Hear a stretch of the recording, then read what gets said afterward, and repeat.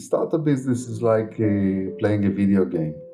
Every screen you solve is different, but then when you go to the next level, you find that it's more difficult.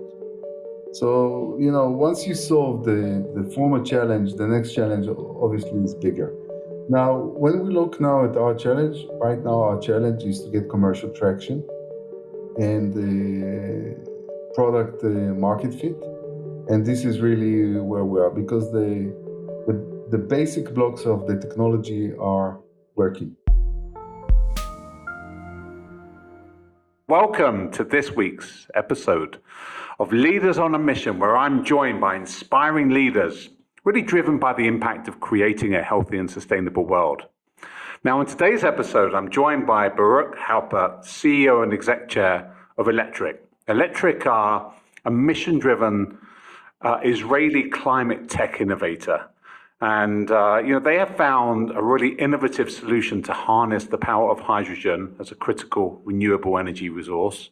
And I'm super chuffed to have you come, give us your time and come on the show today. Really looking forward to the conversation with you. Thank you, Simon. Pleasure being here today with you. So looking forward to it as well.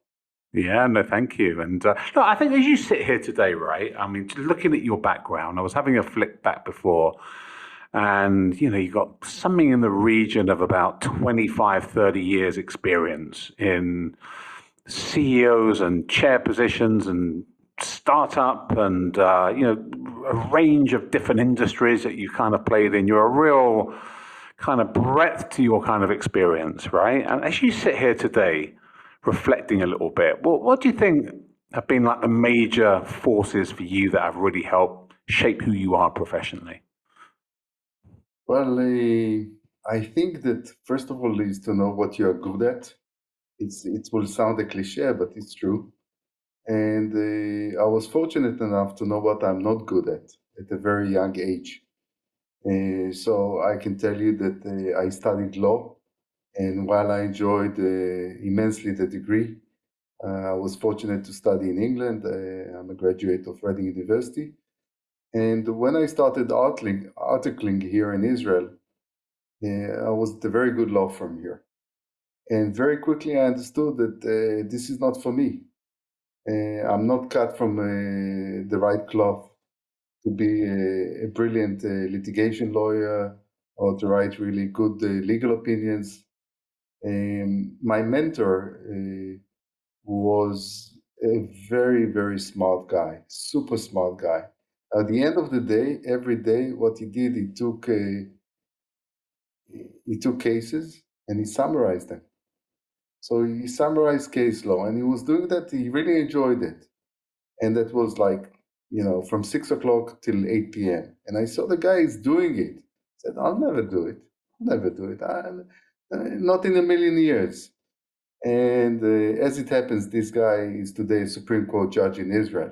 So it's not that I felt inferior for no reason. I had a reason to feel inferior to him.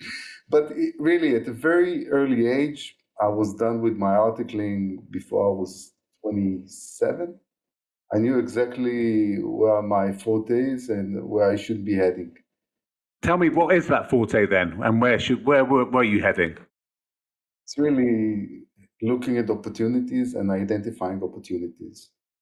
And for example, I'll give you one of the first startups that I did was in the internet space, and I saw a gap in the market, and the gap was being able to trade stocks from Israel in the US. And I approached E-Trade, the online broker, and it took me exactly less than months and a half to get their attention. It was aggressive, but I got their attention. And very quickly, I secured the rights to Israel. And that was through identifying what the market needs and being extra fast and being able to do things that big players could not have done. And I was competing against existing brokers in the market. It's not that I was alone. I was not the only smart guy that identified this loophole and the need. But I was willing to take more risks and move faster. And for me to be up at 2 or 3 o'clock in the morning and call E-Trade, which was a West Coast company, was a non-brainer. And Simply work harder and identify the opportunities, and never shy from the risk. The risk will always be there. It's how you mitigate it. Excellent. So I get that, the internet business, but you've worked in a range of different industries, right? Just give us a brief kind of view on some of your experience before we get onto the electric kind of journey, as it were. So I think my main lesson was either get very early in the game or very late in the game. So either before the scene, when the scene is completely open, the internet is a very good example. The hydrogen is a very good example. That nobody really, there is, you're at the cradle of any industry. So you have, the space is not crowded. You have time to learn, you have time to identify, or come when it's completely broken. When you look at the common theme of all the ventures that I was involved with, it's either very early or come when it's all broken to pieces and you have to put it together. And that nobody wants to deal with it. What do you prefer? When it's completely broken, Yeah, do you really? Really? Why? because a lot of people invested a lot of money to get it there. And if you know how to put it together, then it shouldn't be that complicated. And usually it's a very quick process. It never took me a long time to put businesses back together in place. Never. And this is almost like you can see it all coming together. See the piece here, the piece there. It's like putting it together. And it's not. I'm not talking to you admin stuff. It's not admin stuff. It's not financial stuff. It's like an array of things that you take care of, and suddenly things fall into place. And it's usually identifying one of the two big things that caused the demise or to the failure at that point. Identify it and focus on it. Now, of course, you need to be able to identify it and then to find a solution.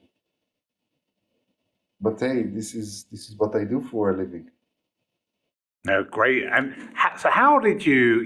With that being said, your pretty broad expertise across a number of different industries. Tell me about the hydrogen opportunity, or before we go into electric, I'm just curious, like, what was it that made you want to dedicate your kind of life and career at that point on this journey, for instance? Well, first of all, it's like everything else in life, it's opportunity based. And I've started looking at this venture already in 2015. Back then, it was still in incubation, and the original founders were looking at it and didn't really, were not yet focused on what's going to be the application. So they approached me, and we had a chit chat, and a year passed, and they approached me again, and that was 16, and already then it looked like it made better sense. It was hydrogen for the automotive industry back then. And then we started looking at it. I was not looking at it by myself. I looked at it together with a couple of friends of mine that we invest together. And we started doing really initial high-level DD. And back then it was either batteries or hydrogen. And batteries were, still with the same problems that we have today, the duration, the range. And the hydrogen looked like a good solution for automotive. And as I said before, it was really early days. When you talk to people about hydrogen, nobody knew what you were talking about.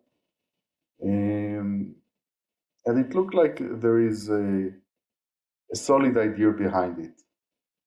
But, incubation, so it's very early. It's like looking at a toddler, 2 years old. When you look at the toddler 2 years old, hypothetically, it can be everything. It can be an astronaut, it can be a brain surgeon. So when you look at the technology at this early stage, it's very shapeable. It's very shapeable, and it's like embryonic stem cells. Okay, awesome. And I've been involved in embryonic stem cells, so I'm talking from experience. They can basically be every cell in the body. But you need to be patient, and you need to be able to see a way through what is important, what is not.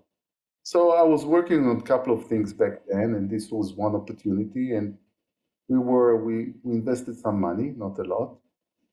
And then throughout 17, I was trying to understand whether there is a reason to invest more. And we looked again, and I involved more people in it. And in the end, we decided to jump to the water, so to speak, and invest a few $1 million. We put together a group of investors. And I like complicated briefs, and that looked like a complicated brief. I started from executive chair back then because I lived in England at that point. So, taking a CEO-ship was not really on the cards. And that's also a good way to start learning an industry. If you through slightly remote. And that was the beginning of the journey. And it looked like, everybody was talking about energy transition, and it looked like a huge opportunity. And I remember speaking with some of my fellow investors and said, hydrogen, in 18 and 19, it's a buzzword. Everybody's talking about it.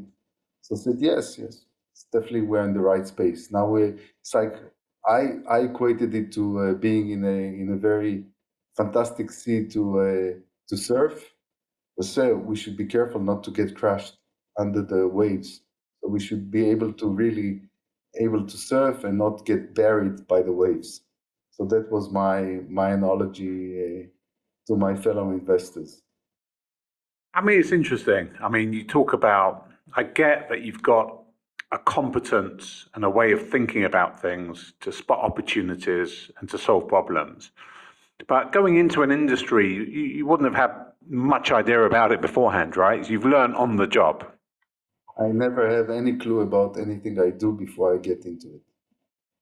It's like, look, I've been in oil and gas, I've been in internet, and the internet was basically brokerage, finance, and internet, and also learning how to raise money from VCs.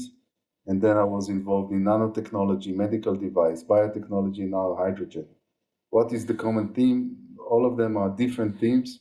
All of them you have to learn from scratch. You have to identify what is important, what is not. And I can tell you that the more I do, it gets easier to learn.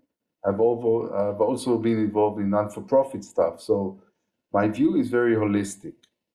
And I enjoy the learning. I remember doing the nanotechnology, which was anti-friction, anti-wear.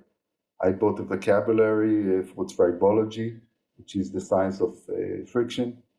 And I was every word that I didn't understand, I was looking it up on Google.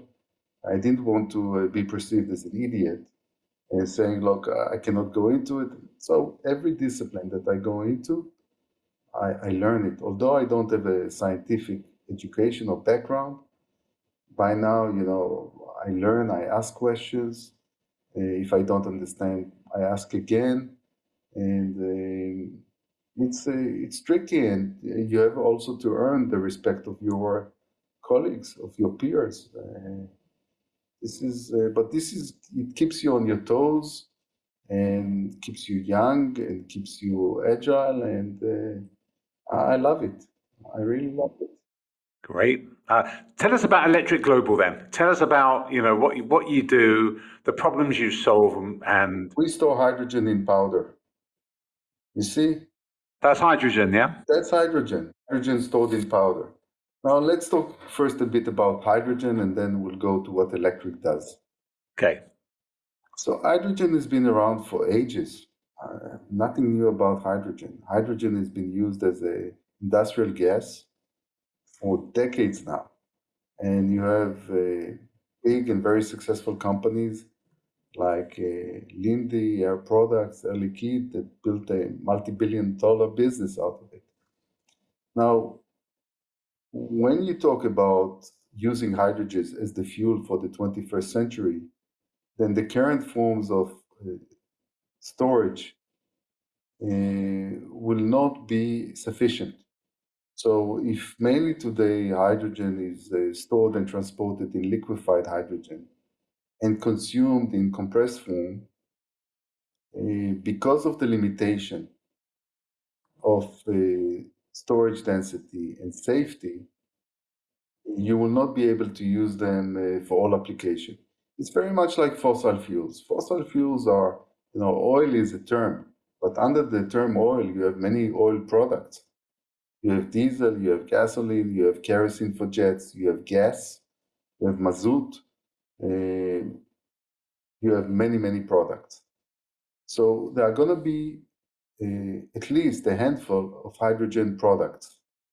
The hydrogen products, and I believe we're going to be one of them. Now, you can look at this powder as the UHT of hydrogen, because basically you can store it for as long as you want, and then use it. Then use it when you need it. Now, so we solve two huge problems of the hydrogen economy. We solve the problem of safety, and we solve the problem of energy density. And yeah. Brilliant. Tell us, so on the safety, on the problems you solve, the safety thing, that's clearly a lot less flammable, a lot less risk, in terms of, this is what I hear with hydrogen, right? There's a lot of, when you transport it in a liquefied format, there's big risk with it, right? You have to store it. You have to get ready for it. It's an operation. You don't just ship hydrogen. You have to get ready for it. You have to close. I don't know if you know it, but you cannot get compressed hydrogen into Manhattan because you cannot get it over in tunnels or bridges. Same in Italy. In Italy, you have limitations.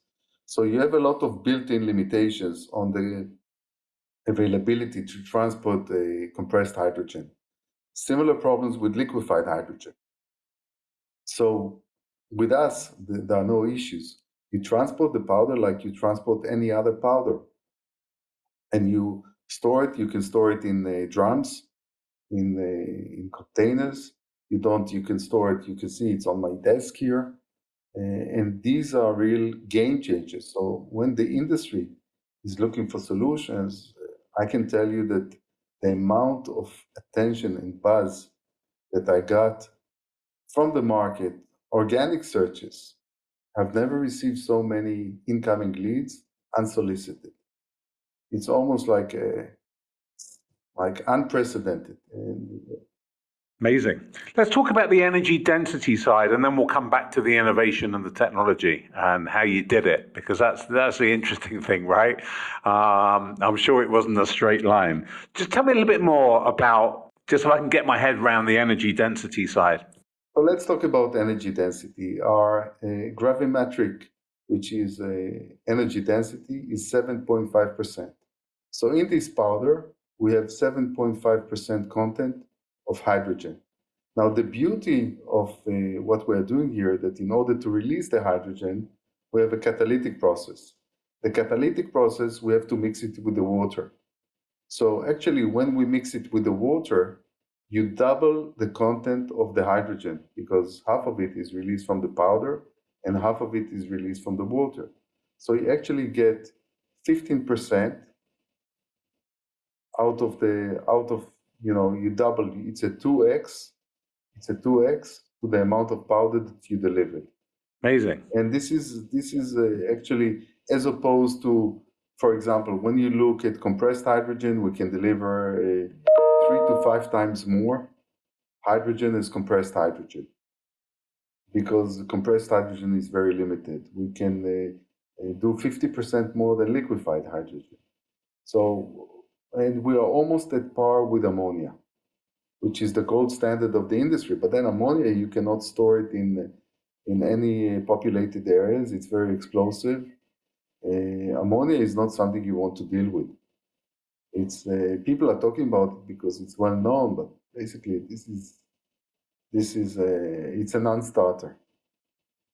Amazing. And tell us a little bit about the kind of technology you use, therefore, to help create this powder. And yeah, I think maybe we'll start there first. So we have two pillars to the technology. The first pillar is the powder production, and the other pillar is how do you release the hydrogen from the powder. So when we talk about the powder production, we took an existing process because this powder, we have not invented it. It's potassium borohydride, and it's been around for since the 50s. It's actually an offshoot of the Manhattan Project. But it was used as a reductive agent in the food, pulp, and pharma industry. We've taken the most two consuming both chemicals and energy parts of this process and optimized them and created new IP about it. And this IP will serve us when we go to do our first plant in the Dutch market. So this was one part. The second part was how do you extract the hydrogen from the powder? And there it was, this was new because nobody did it before. And that was a very, very complicated process. We started with, the catalyst would fall apart. So we thought we had something stable, but when we did our first mock-up, it all fell to pieces.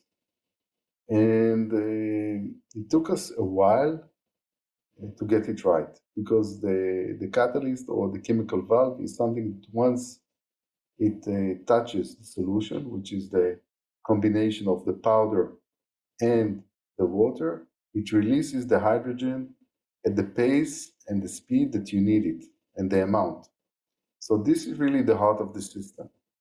And again, it took us about 2-3 years to get the catalyst right. And right now it's on industrial level.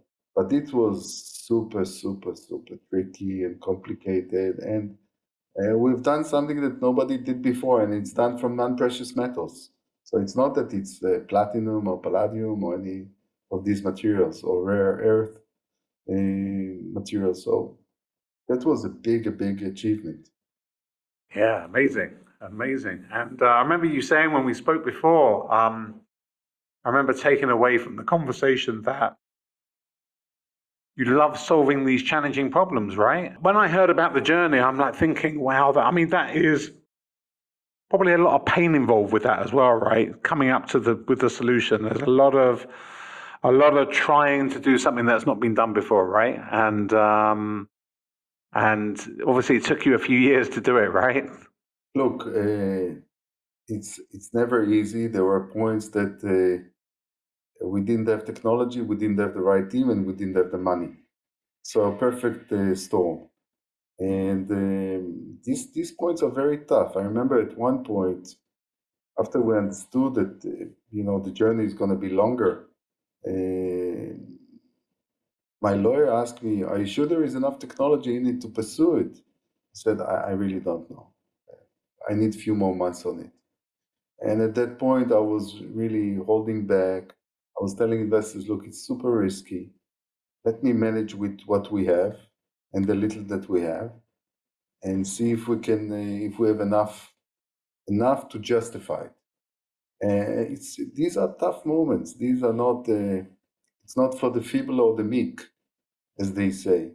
And you have to be willing to take a bet there and hope that things will work out. This is, trust me, these are not easy moments. These are not easy moments.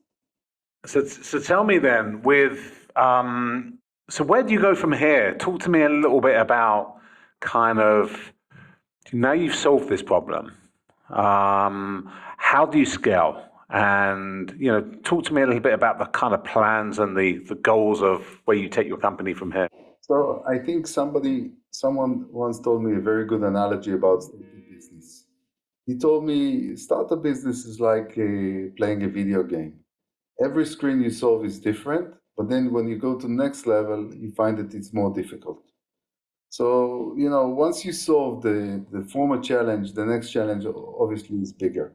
Now, when we look now at our challenge, right now our challenge is to get commercial traction. and product market fit. And this is really where we are, because the basic blocks of the technology are working. And now we are spending most of our time is to find commercial traction. We are targeting the auxiliary market and the backup market, meaning we want to provide a solution where you need to displace diesel gensets that work for emergency and backup power. So it could be data centers, it could be hospitals, it could be anything that gives you emergency power. And we're looking for partners. We're already in discussions with a couple to deploy the technology.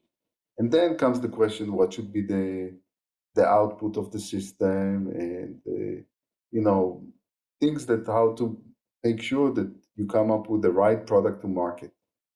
So you don't produce something or make something that nobody needs. And these are the main challenges that we're dealing with today. If you'd ask me what is the most important brief today for the company, is make sure that we have a good pipeline and POs by the end of 24. By the end of 24, yeah. That's the main challenge. Yeah, and so talk to me a little bit about that product market fit and where you envisage kind of playing across the value chain. I mean, you said the auxiliary backup and the as a good marketplace. Why that marketplace first? Okay, so let's talk about data centers. So when you look at data centers, they currently consume about 1% of the total power consumption worldwide. Because of changes in the market, because of daily life, everything is backed up and everything is on the cloud. And you have AI, they're talking now about 8% of energy consumption coming from a data center until the end of this decade, which is a staggering number. 8%. So going from 1% to 8%. Can you believe it? I looked at it and I checked myself a couple of times. It's by the way, it's an IEA number, International Energy Agency number. And I said, wow.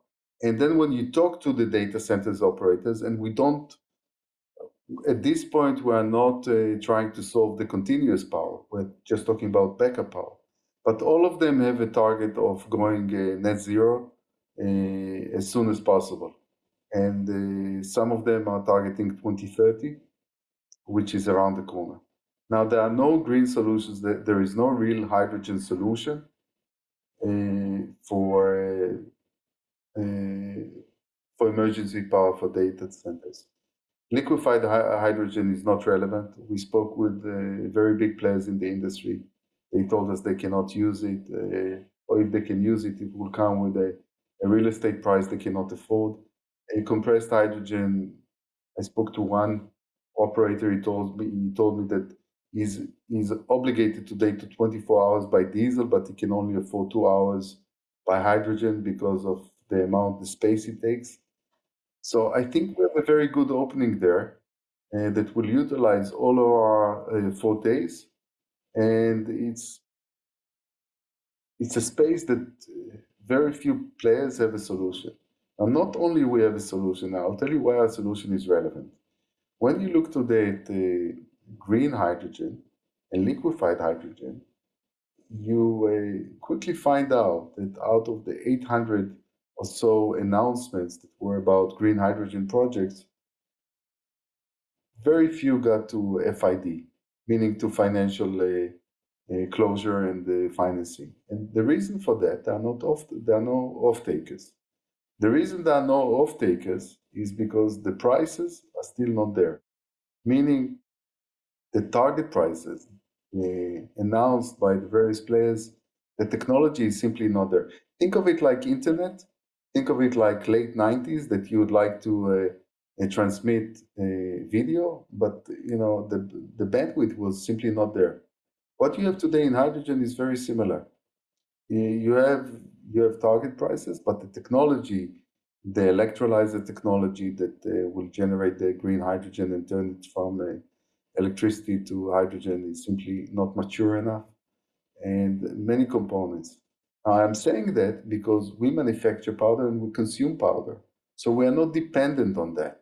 We can deliver a solution today based on our powder and based on release systems that we manufacture. So actually, we are like a parallel track that is not dependent on all these building blocks. So for the industry, it's a very refreshing approach, and it's something that they can see they can work with. And this is why we targeted the market then. I'm a very pragmatic person. I look at it from a solution point of view. Can you or can you not deliver a solution in the time that I need it? And never fall in love with your dreams or with your technology. Technology is just a tool to a means. You don't really care how it works. You want it to work. You want Yeah. it when you point it and take a photo, the photo will come in. When you place the call, you'll be able to complete it.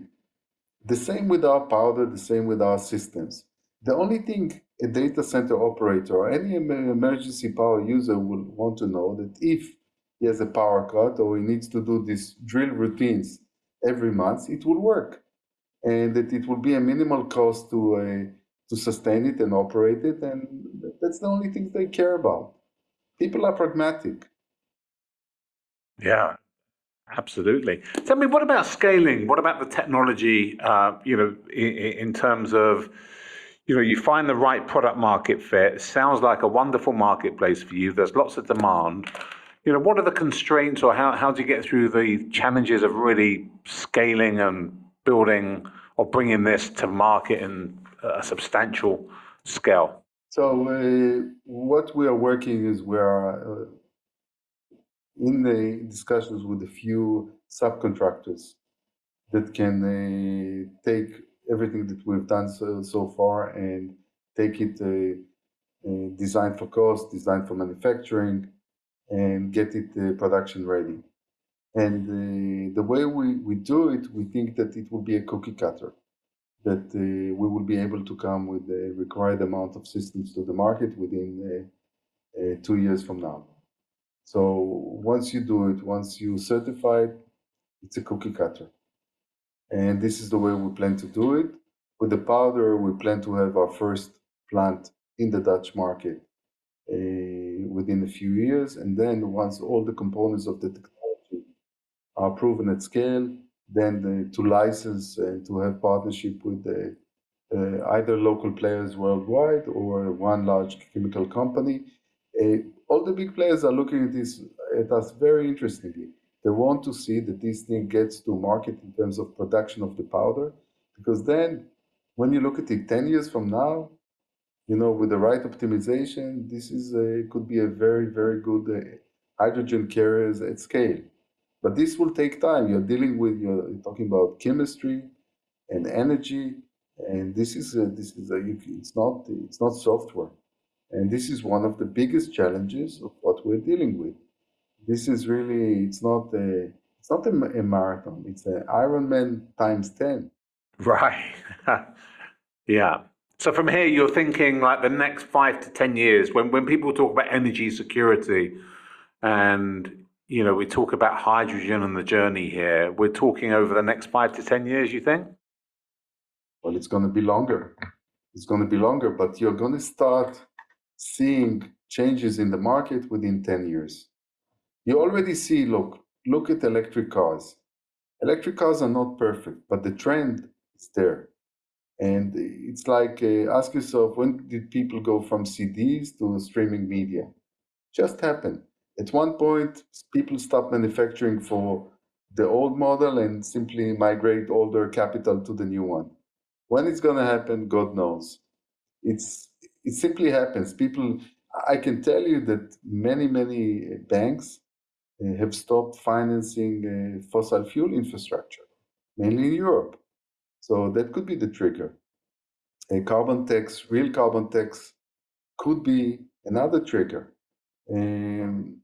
But there is no doubt that I can tell you something else. I'm very optimistic that the energy transition will generate a lot of prosperity in the world in the next 20 years. It will create new jobs, new energies, and it will involve everyone that is involved in the economy, because it's so fundamental to our existence. So I'm super optimistic about the job creation. If we hadn't had all these geopolitical issues that we are dealing with, I would have even been more optimistic. But look, the Chinese are putting a lot of money into it, and they are doing immense progress, not because they simply have no choice. They have no choice. Europe is doing the same. America is also. I'm optimistic. I'm optimistic, and it's human innovation. It's it's it's, it's the way of nature. Simply move on, solve the problems. We saw it time and time again. We saw it in the time of Corona, how fast the world reacted to this challenge, and it was a global challenge. Yeah. Absolutely. And so tell me just a couple of things thinking, about you're in Holland. So you've got a demo facility or a plant that you're building in Holland, right? Is that correct? We're going to have both. We're going to have a demo facility not far from Rotterdam that one of our POCs will be demonstrated there as of next month. And we are in the early stages of doing the design of the plant or the powder plant in the Dutch market. It's going to be the plan is to have it in the port of Amsterdam. Great. Okay, great. So it's a real international company that you're going to be growing here, as it were. We have no choice. We deal with energy. Yeah, absolutely. And tell me, just like thinking about talent and people, how many people in the company at the moment? At this point, we're 20 people. 20 people. Wow. The way you talk about it and the way I hear the journey, it sounds like there should be 200 people there, but 20 people, right? Wow. Okay. And, like when you're hiring and you think about the growth and you think about your future and you scaling and bringing talent on board, how do you deal with like hiring talent in an innovation that's not been done before? Right? How do you overcome that challenge? That's very tough. I'll tell you, that's again another analogy with the internet world. When I was recruiting people for E-Trade Israel over 25 years ago, there was no internet industry. So we had to take IT people and make them into internet people. Right. Same here. We take process engineers, we take chemists, we take business people, and we let them cut their teeth and learn on the go.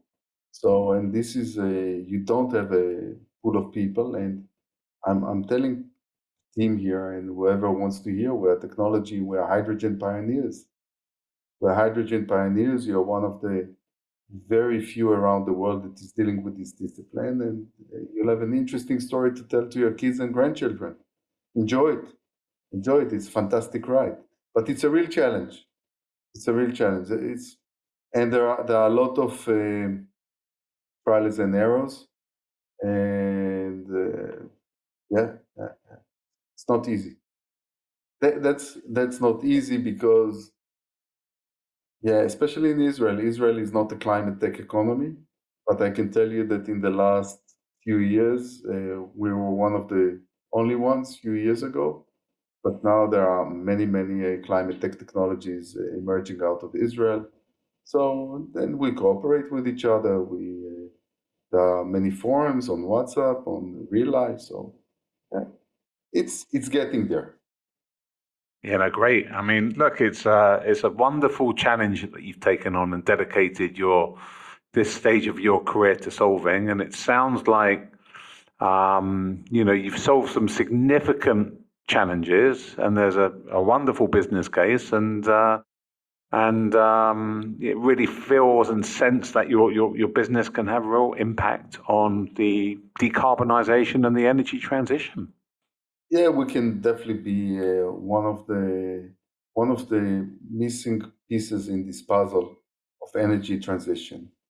If people ask me where do you want to be like 20 or 30 years from now, where this solution can be, is, if we're talking about standard backup solutions, so 10 to 20%, and if we're talking about expanding it more to continuous power, even more.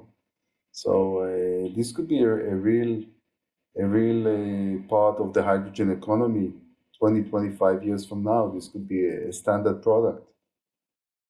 Yeah, no, absolutely. It's certainly a big marketplace to go after. And, listen, I really appreciate you coming on. I know you've been traveling loads, recently. I know you're very busy, and love the conversation and chat with you and hearing, and the education as well about, the hydrogen story and where we are and, where you've taken the company. And we wish you all the very, very best for your future. Thank you, Simon. Thank you for inviting me, and I hope the audience and the viewers will find it interesting. I'm sure they will.